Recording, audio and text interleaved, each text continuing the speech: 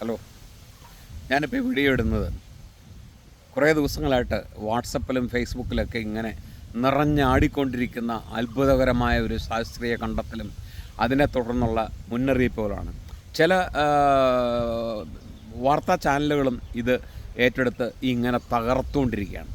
രണ്ട് കാര്യങ്ങളാണ് അതിൻ്റെ അകത്തുള്ളത്, രണ്ട് വിഡ്ഢിത്തങ്ങളാണ് അതിൻ്റെ അകത്തുള്ളത്. ഒന്ന്, ഒരാൾ പറയുന്നത് അലുമിനിയത്തിൻ്റെ പ്രഷർ കുക്കർ ഉപയോഗിച്ച് ഡൽഹിയിൽ എവിടെയോ ഉള്ള ഒരാൾക്ക് ലെഡ് പോയ്സണിങ് ഉണ്ടായി, നിരന്തരമായ ഉപയോഗം കൊണ്ട് ലെഡ് പോയ്സണിങ് ഉണ്ടായി, അയാളുടെ നാഡീവ്യവസ്ഥ തകർന്നു, അങ്ങനെ ഇതാണ് അതുകൊണ്ട് നിങ്ങൾ ഒരു കാരണവശാലും അലുമിനിയം പ്രഷർ കുക്കർ ഉപയോഗിക്കരുത്.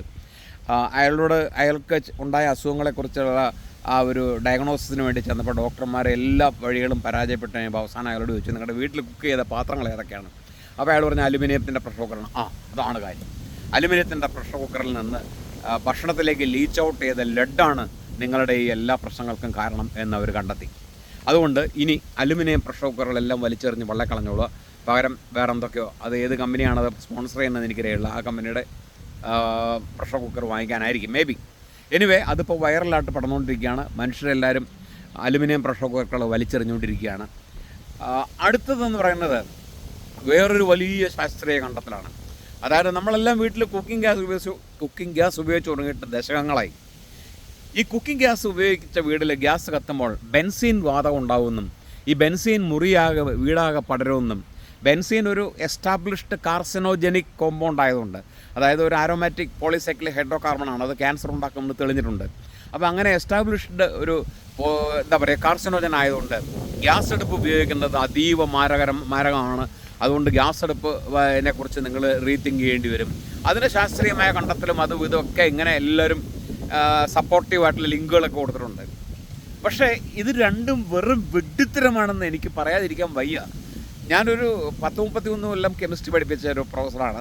അത്യാവശ്യം എനിക്ക് വലിയ ആധുനിക അപ്ഡേറ്റഡ് നോളജ് ഒന്നുമില്ലെങ്കിലും എൻ്റെ അറിവ് വെച്ചുകൊണ്ട് ഞാൻ ചില കാര്യങ്ങൾ എനിക്ക് നിങ്ങളോട് പറയാനുണ്ട്. അതിലൊന്നാമത്തെ കാര്യം എന്ന് പറയുന്നത് ഈ ഗ്യാസിനെ കുറിച്ചാണ്. ഈ ഗ്യാസ് എന്ന് പറയുന്നത് അത് നാച്ചുറൽ ഗ്യാസ് ആണെങ്കിൽ അതിൻ്റെ അകത്ത് ഭൂരിഭാഗവും മീഥേനായിരിക്കും. ഇനി ലിക്വിഫൈഡ് നാച്ചുറൽ ഗ്യാസ് ആണെങ്കിൽ അതിൻ്റെ അകത്ത് കൂടുതലുണ്ടാവുക ബ്യൂട്ടേനും പ്രൊപ്പേനും ഒക്കെയാണ്. ഈ കംപ്രസ്ഡ് നാച്ചുറൽ ഗ്യാസ് ആണെങ്കിൽ അതിൻ്റെ അകത്ത് കൂടുതലുണ്ടാകുക പ്രൊപ്പേനാണ്. അപ്പോൾ ഈ മീഥേൻ, ഈഥേൻ, പ്രൊപ്പേൻ, ബ്യൂട്ടേൻ, പെൻറ്റേൻ, ഹെക്സേൻ, ഹെപ്റ്റേൻ ഇങ്ങനെയൊക്കെയുള്ള ഇങ്ങനെയുള്ള ഹൈഡ്രോ കാർബൺസാണ്, ആലിഫാറ്റിക് ഹൈഡ്രോ കാർബൺസാണ് ഈ വാതകങ്ങൾക്കകത്തുള്ളത്. ഇപ്പോൾ നമ്മുടെ വീട്ടിൽ വരുന്ന കുക്കിംഗ് ഗ്യാസ് സിലിണ്ടറിനകത്ത് പ്രൊപ്പേനും ബ്യൂട്ടേനും ഉണ്ട്. ഒരല്പമായി ബ്യൂട്ടേൻ ഉണ്ടാവുള്ളൂ, കൂടുതലും പ്രൊപ്പേനാണ് ഉണ്ടാവുക. ഈ പ്രൊപ്പൈൻ ഗ്യാസിനകത്ത് കാർബണും ഹൈഡ്രജനും മാത്രമേ ഉള്ളൂ. ഇതിന് മണമോ ഒന്നുമില്ല. അപ്പം അതിന് ലീക്ക് ചെയ്താൽ അറിയാൻ വേണ്ടിയിട്ടാണ് അതിൻ്റെ അകത്ത് എത്തിൽ മെർക്യാപ്റ്റൻ എന്ന് പറയുന്ന ഒരു സൾഫറുള്ള ഒരു നിരുപദ്രവിയായിട്ടുള്ളൊരു കോമ്പൗണ്ട് ചേർക്കുന്നത്. പക്ഷേ അതിന് വൃത്തികെട്ട മണമാണ്, രൂക്ഷഗന്ധമാണ്. എങ്കിലേ നമ്മൾ ലീക്ക് ചെയ്യുന്ന അറിയുള്ളൂ. അപ്പോൾ ഈ എത്തിൽ മെർക്യാപ്റ്റൻ അടങ്ങിയ ഈ കുക്കിംഗ് ഗ്യാസ് നമ്മുടെ വീട്ടിൽ കത്തിക്കുമ്പോൾ പെർഫെക്റ്റ് ബേണിംഗ് ആണെങ്കിൽ, നമ്മളെല്ലാം അങ്ങനെ ആയിരിക്കും, നമ്മുടെ വീട്ടിലെ ബർണറെല്ലാം കത്തുന്ന നല്ല ബ്ലൂ ഫ്ലെയിമിലായിരിക്കണം. മഞ്ഞ നിറത്തിലോ ഓറഞ്ച് നിറത്തിലോ കത്തുന്ന ബർണറുകൾ ഇന്നെഫിഷ്യൻ്റാണ് നമുക്കറിയാം. അപ്പോൾ നമ്മളത് ഉടനെ അതിന് മാറ്റും അല്ലെങ്കിൽ റിപ്പയർ ചെയ്യും. അപ്പോൾ ഈ ബ്ലൂ ഫ്ലെയിമിൽ കത്തുക എന്ന് വെച്ചാൽ പരിപൂർണ്ണ ജ്വലനം എന്നാണ്. അതായത് ഇതിനകത്ത് കാർബണുള്ള എന്തെങ്കിലും ഉണ്ടെങ്കിൽ അത് മുഴുവൻ കത്തി കാർബൺ ഡൈ ഓക്സൈഡും ജലവുമായിട്ട് മാറും.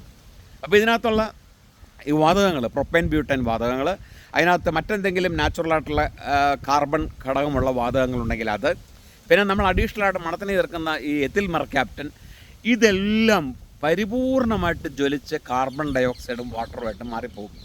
ഇനി അതിൻ്റെ കൂടെ ബെൻസീൻ ഉണ്ടെങ്കിൽ, ബെൻസീൻ എന്ന് പറയുന്നത് ഹൈലി കമ്പസ്റ്റബിൾ ആയിട്ടുള്ള അല്ലെങ്കിൽ ഹൈലി ഇൻഫ്ലേമബിൾ ആയിട്ടുള്ള ഒരു ആരോമാറ്റിക് കോമ്പൗണ്ടാണ്. അതായത് ഒരു ബ്ലൂ ഫ്ലെയിമിൽ കത്തുന്ന ബർണറിൻ്റെ ആ കത്തുമ്പോഴുണ്ട് ജ്വലനത്തിലുണ്ടാവുന്ന ആ ബെൻസീൻ ഒരു കാരണവശാലും അന്തരീക്ഷത്തിലേക്ക് പടരില്ല. അത് കത്തി കാർബൺ ഡൈ ഓക്സൈഡും വാട്ടറുമായിട്ട് മാറും. പിന്നെ എങ്ങനെയാണ് ഈ ബെൻസീൻ അതിനകത്ത് നിന്ന് പുറത്തു വരിക? ഹൈലി ഇൻഫ്ലേമബിളാണ്. ഇപ്പോൾ കത്താത്തൊരു വാതകമാണെങ്കിൽ ഓക്കെ, അത് കത്താത്തതുകൊണ്ട് പുറത്തേക്ക് വരുന്നതായിരിക്കാം.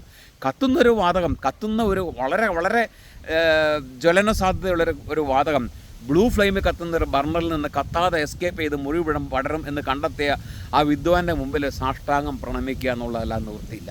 അപ്പോൾ ഇത് പമ്പര വിഡ്ഢിത്തരമാണ്. നിങ്ങൾ ഒരു കാര്യം മാത്രം ഉറപ്പാക്കിയാൽ മതി, നിങ്ങളുടെ വീട്ടിലെ ബർണർ നല്ല ബ്ലൂ ഫ്ലെയിമിൽ പെർഫെക്റ്റായിട്ട് ബേൺ ചെയ്യുന്നുണ്ട് എന്ന് ഉറപ്പാക്കുക.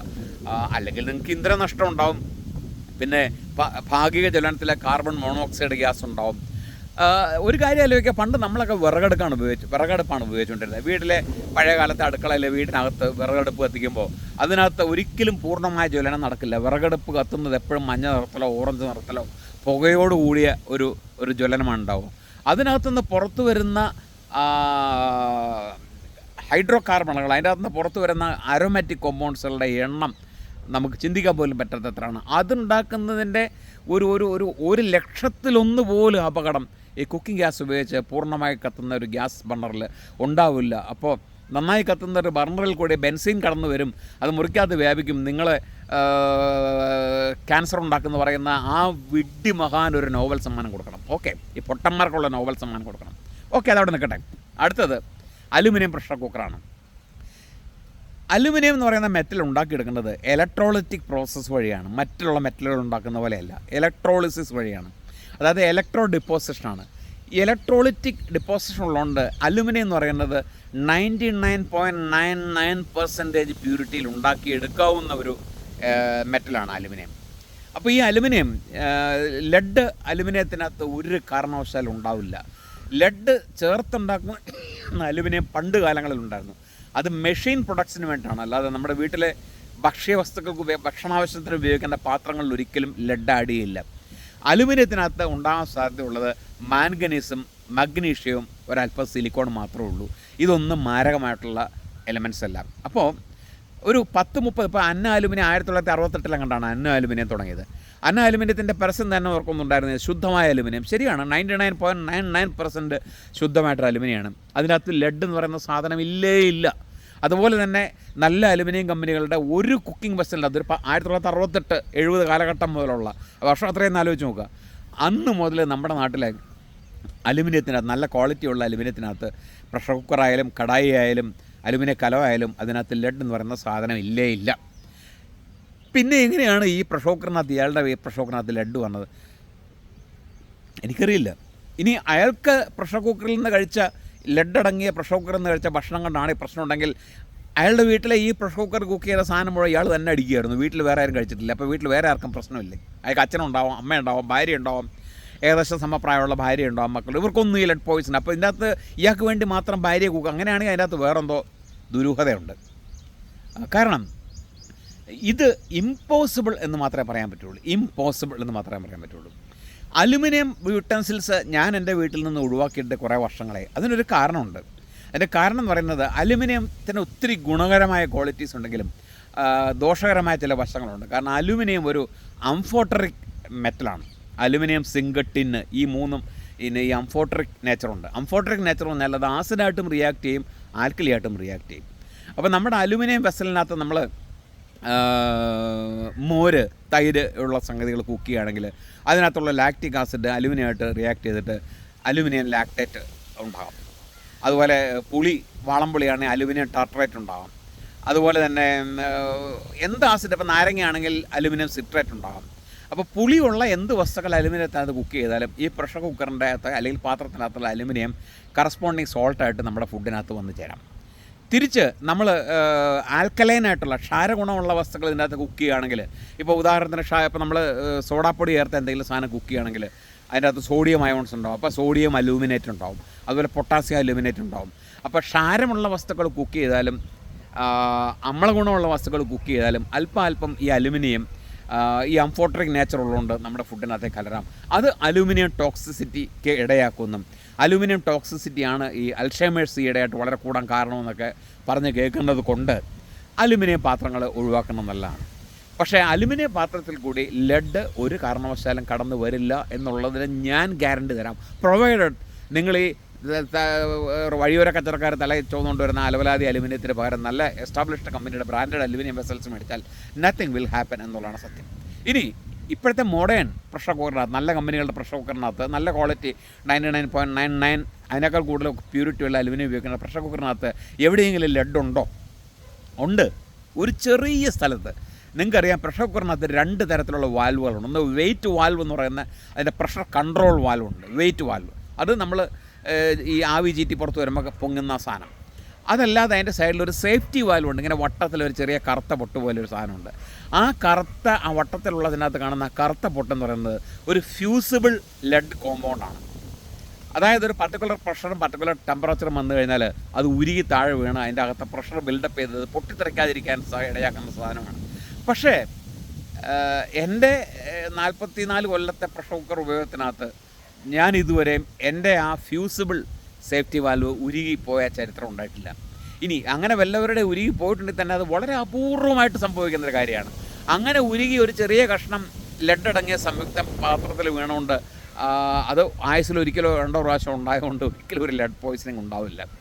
അപ്പം നിങ്ങളുടെ കയ്യിലുള്ള പ്രഷർ കുക്കർ നല്ല അലുമിനിയം പ്രഷർ കുക്കറാണെങ്കിൽ നിങ്ങൾ ദയവ് ചെയ്ത് ഈ വിഡ്ഢിത്തരം കേട്ട് നിങ്ങളത് വലിച്ചെറിയരുത്. പക്ഷേ ഒരു കണ്ടീഷനുണ്ട്. പ്രഷർ കുക്കറിനകത്ത് ഞാൻ നേരത്തെ പറഞ്ഞ പോലെ അമ്ല ഗുണമുള്ളതോ ക്ഷാര ഗുണമുള്ളതുമായിട്ടുള്ള യാതൊന്നും കുക്ക് ചെയ്യരുത്. ഉദാഹരണത്തിന് ചോറ് വയ്ക്കാൻ, കഞ്ഞി വയ്ക്കാൻ നല്ലതാണ്, പരിപ്പ് പയർ വേവിക്കാൻ നല്ലതാണ്.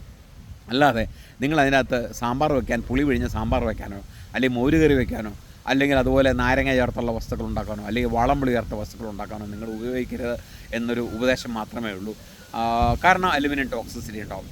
അപ്പം ഞാൻ വീണ്ടും നിങ്ങളോട് ഉറപ്പിച്ച് പറയുന്നത്, നിങ്ങളുടെ വീട്ടിലെ ബർണർ നല്ല ബ്ലൂ ഫ്ലെയിമിൽ കത്തുന്ന ഗ്യാസ് ബർണറാണെങ്കിൽ, നിങ്ങളുടെ വീട്ടിലെ പ്രഷർ കുക്കർ നല്ല കമ്പനിയുടെ പ്രഷർ കുക്കർ ആണെങ്കിൽ നിങ്ങൾ ഈ പറഞ്ഞ 2 വിഡ്ഢിത്തരത്തിനെ തിരിഞ്ഞു നോക്കേണ്ട ആവശ്യമില്ല. പക്ഷേ നിങ്ങൾ അലുമിനിയം വേണമെങ്കിൽ മാറ്റിക്കോളൂ. ഞാൻ നേരത്തെ പറഞ്ഞ പോലെ നമ്മുടെ പാചകത്തിനകത്ത് ഒന്നുകിൽ ആൽക്കലൈൻ അല്ലെങ്കിൽ നമ്മൾ അസിഡിക് ആയിട്ടുള്ള വസ്തുക്കളാണ് കൂടുതലുള്ളത്. ഇത്രയാണ് എനിക്ക് പറയാനുള്ളത്. വേറെ ഏതാണ്ടൊക്കെ കൂടുതൽ പറയാനുണ്ടായിരുന്നു. പോട്ടെ, സാരമില്ല. കഷ്ടമാണ് കേട്ടോ. നമ്മൾ വിദ്യാഭ്യാസം ഏറ്റവും കൂടിയൊരു കാലഘട്ടത്തിലാണ് നമ്മൾ ജീവിക്കുന്നത്. പക്ഷേ എനിക്ക് മനസ്സിലായിടത്തോളം ഈ വിഡ്ഢിത്തവും ഏറ്റവും കൂടുതൽ പടർത്തുന്ന അതിനെന്തോ ഒരു വല്ലാത്തൊരു താല്പര്യം. ഇപ്പോൾ കഴിഞ്ഞ ദിവസം ഒരു വലിയ മഹാൻ പറയുന്നുണ്ട്, പുള്ളി എന്നെ വേലുത്തമ്പി തളവയുടെ ഏതാണ്ട് വലിയ ആശാനായിരുന്നു. വേലുത്തമ്പി തളവ പുള്ളിയെ കുളത്തെ മുഖത്ത് അതിന് മുമ്പിൽ ലക്ഷങ്ങളിരുന്ന് ഇങ്ങനെ ആരാധനയുടെ കൈകൂപ്പി കേട്ടോണ്ടിരുന്നുണ്ട്.